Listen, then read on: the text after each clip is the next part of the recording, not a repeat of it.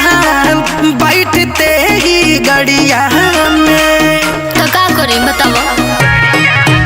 अरे कुल्ही चीज हवा वासिंग फिर जावा लगे कि नहायल राजा। अरे मेहदी महावर हाथे पसहजी मड़ावा दरवाजा। सुनी तोहर बोलिया लहकेला गोलिया कोह के मनवा भीतर के। अरे सुनो लो भर दे दिहले ऑर्डर पापा हमार फर्नीचर के। अरे सुनो लो भर दे दिहले ऑर्डर पापा हमार फर्नीचर के।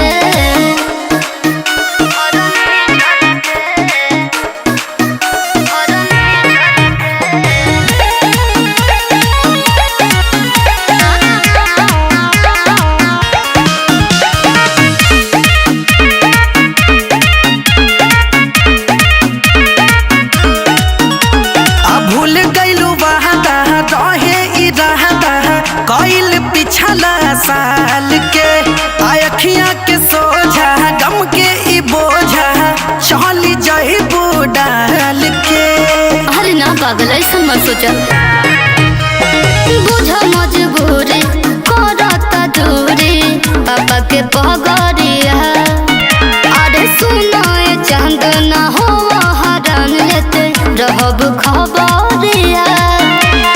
चुमाऊ गुलाब तुअरी न महताब के मारी तर के।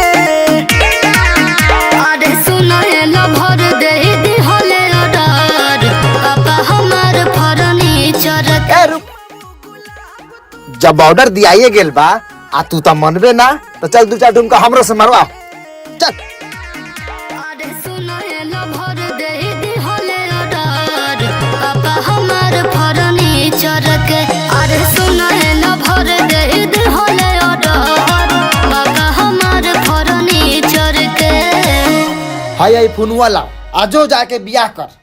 बियाह के मजा लेबू दूसरा से आईफोन चलेबू हमर तोरी मैया के पहिया पूंजी। अरे